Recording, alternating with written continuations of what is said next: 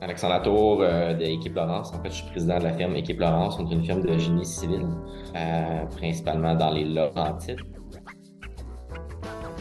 Dans la dernière année, avec notre siège social, on a essayé de se démarquer avec tout ce qui était l'économie d'énergie pour la construction du bâtiment. On est un bâtiment qui va être certifié LEED. On va aussi essayer d'aller chercher la certification SITE, qui est tout ce qui est à l'extérieur du bâtiment. Puis on a fait un bâtiment qui est assez éco-énergétique, que ce soit par son enveloppe, mais aussi par son système de chauffage et climatisation. On chauffe avec les eaux usées de la ville de Sainte-Adèle, donc toutes les eaux usées qui sont retournées vers un étang d'épuration. Nous, on va chercher l'énergie dans cet étang-là pour pouvoir chauffer en hiver et on rejette la chaleur en été pour climatiser le bâtiment. C'est un système qui marche avec un peu sous le même principe que la géothermie.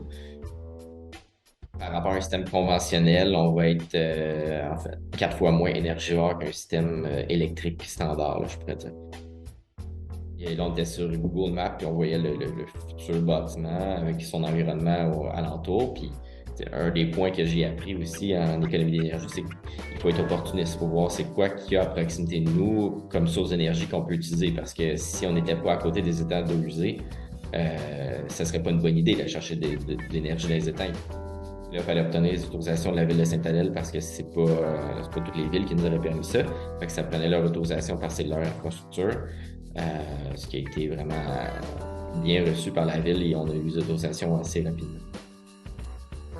Ben, c'est sûr que l'innovation, ça fait partie de nos valeurs. On veut toujours essayer d'être à l'avant-garde. On a aussi plein de capteurs, que ce soit dans les étangs, dans nos conduites ou dans notre bâtiment, qui nous permettent de faire un suivi. Puis qu'avec le temps, on pourra s'allier à des écoles. On a déjà commencé des discussions avec eux pour qu'il y ait de la recherche et du développement fait avec ça. C'est un peu une vitrine technologique là, qu'on essaie de voir.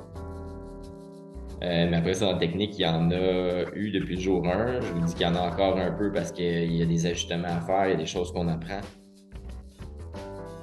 Beaucoup de littérature, il y a beaucoup d'experts dans tout ça. Fait que c'est d'aller voir les experts qui nous permettent de nous questionner à savoir comment qu'on fonctionne puis qu'est-ce qu'on peut faire de plus, que ce soit une industrie ou un commerce standard. Là, c'est vraiment d'autres méthodes. Mais il y a une panoplie d'experts au Québec qui peuvent nous guider dans tout ça. Des technologies qui existent déjà, qui sont approuvées puis qui coûtent un peu plus cher, mais il y a un paiement qui se fait à long terme parce qu'il y a de l'économie d'énergie. Voir ça dans du long terme. Là.